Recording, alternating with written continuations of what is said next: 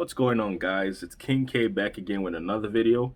I know I've been gone for a while, but I'm back and I'm here to show you guys more ways that you can make money in Canada.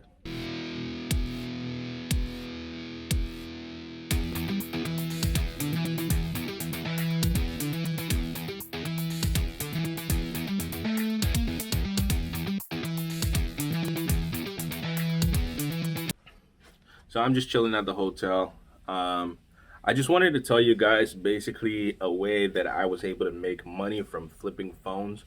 My first week flipping phones, I was able to make $2,000. You can make that money too. It's not a hard way to make money. It's pretty easy.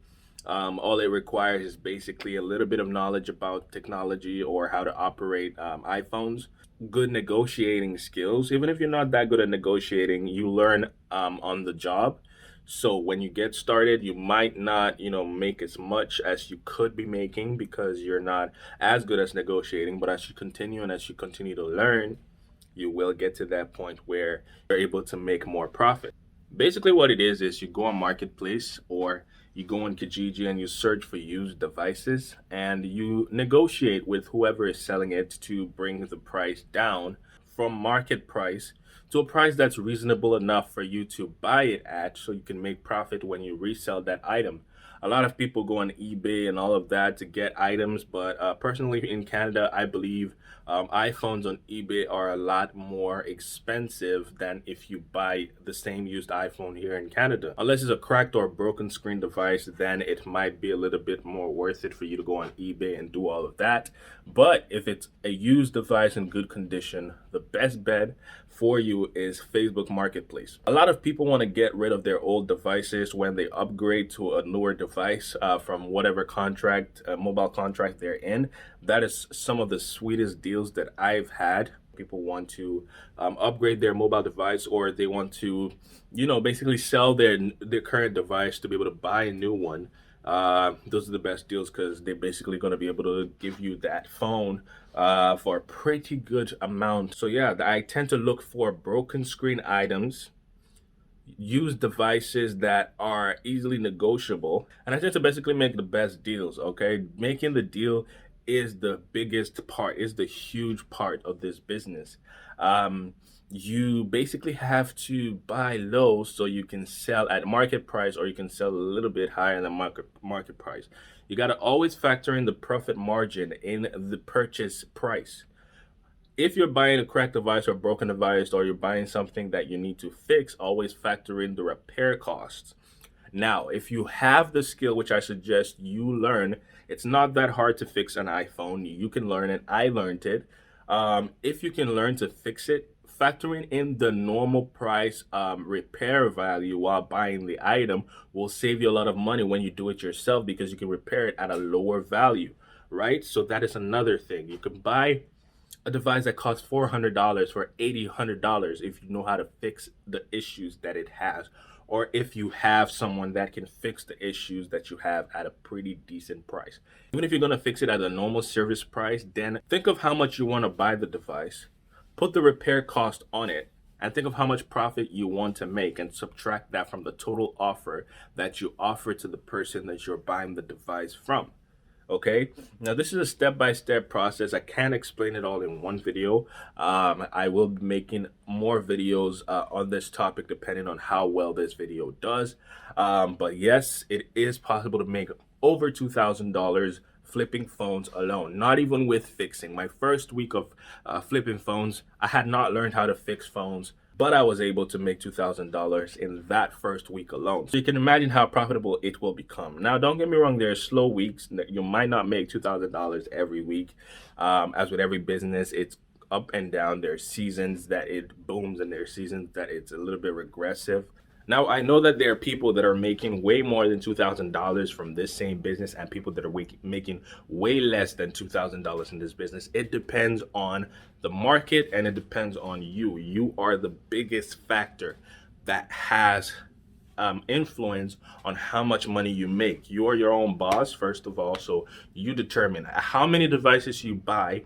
Basically determines how much profit you can turn in. Okay, so the more devices you buy, if it's $50 profit margin you're looking for per device, and you buy 10 devices, you're able to get 10 devices at that $50 margin, that is already $500. If you do that in a day, or if you do that in 2 days, you've basically made $500 just by flipping phones.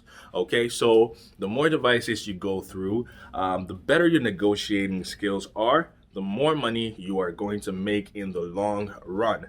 Now, the best amount of money that you could possibly make is from when you learn the skills to fix these devices yourself, or you have a technician that can fix it for a lower rate than the service cost for you. That is a better way to up or marginalize your profit and scale your business, okay?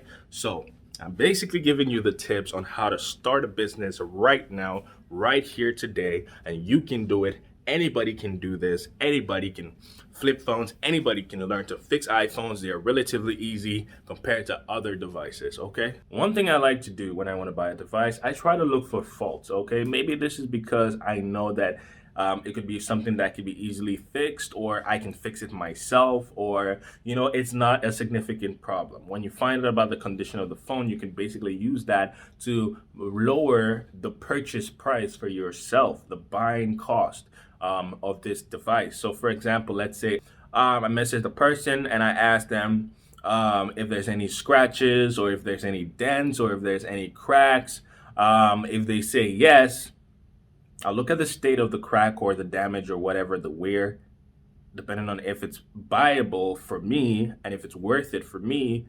Then I can tell them, hey, because of this issue or because of this fault in the device, I'm offering a little bit lower than I planned, because I have to factor in cosmetic damages, or I have to factor in repair costs. So because of that, I would like to make an offer for, let's say, I'm not even going to tell them how much it's going to cost to fix this or that. Most of the time, I'm just going to say, because I have to do this and I have to fix this, this is how much I'm willing to offer for the device. Now, a lot of people, when they have damaged or cracked phones, or they have a phone with an issue that they don't have the time or they can't be bothered to fix, or they don't know that it's fixable, they'll just want to sell the device. They'll just want to give the phone away because it gives them money in their hand today, and they have to basically not go out of their way to go fix it, or they don't want to deal with it anymore. They just want to get rid of it.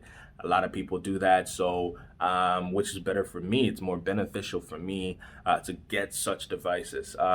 Even if there's no cracks or whatever, like, you can factor in, like, your gas if you're going to pick it up, or you can factor in things basically to make the price less, okay? When I go buy stuff, I basically would always like to factor in my gas, depending on how far the distance is for that item. I would like to factor in my time. I would like to factor in basically the fluctuations in the market. Sometimes a phone is $400 today, and next week you might find out that that phone has fallen down to 380 or 370, because people are trying hard to sell, and people, the demand is not as high as maybe the supply. So suppliers or sellers start to basically bring down their selling price just to sell their device, become more competitive, give themselves a competitive advantage than other sellers for that same device, right? So the prices start to drop. The other seller sees that there's a lower price. They would want to drop their price a little bit too to match that lower price, and everybody starts doing that. The same thing if there is, these are market forces, guys. The same thing if there is low supply of a particular phone, and I have that phone and I list it for a certain amount of money. Somebody else, like, in a few hours, wants to list that same phone, and they see my price, they're going to set their price around my price, right? So stuff like this affect the prices of phones on the marketplace. And there's not really much you can do about it. You have to kind of play with the numbers and do negotiate.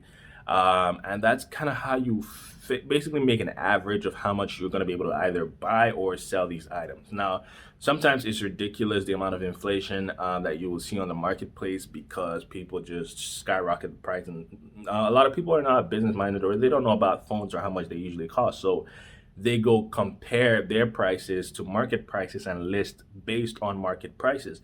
So if a phone is $350 and I'm the first person or one of the only people selling that phones, and I put that phone and I put it for $400, and everybody else after me puts that phone for $400, guess what? That phone is now going to be $400 whenever you come to the marketplace to see it, until everybody sells or until nobody is able to sell, because people are like, okay, now I know that phone should cost less, and then people start to drop their prices, right? So that's basically how these things work. So with experience and with understanding the market and learning the market, which is not that hard to do, you will be able to leverage all of this into your benefit, into making more money, into profitability, and into probably or possibly replacing your full-time income, especially if you're working a minimum wage job, especially if you're not making a 50 to 100K a year. This is a great way to upskill your income, increase your income. And I'm bringing you this information because I want you to win. I want you to succeed. All in all, you'll make more money than you can imagine. Even if it was a side hustle, you will make pretty decent money from this. So you guys, you go try it out. Take this as your first week watching this video. Go on Facebook Marketplace and try to find devices that you can negotiate for and you can buy, and try to flip it. It's an exercise. Try to do it yourself and try to see how well you do. If you have any questions, feel free to leave a comment and we'll have a discussion about it, and a discussion about your questions. I might be able to put you onto some resources that you can use to further develop this skill. Reselling is a very profitable business, guys. You got to try it. Even as a side income, if you have a full-time job and you just want to try reselling for the part-time income that it can generate you, it's a very, very great start. Thank you guys for watching the video. It's been King K here again with another video. I'll see you in the next video.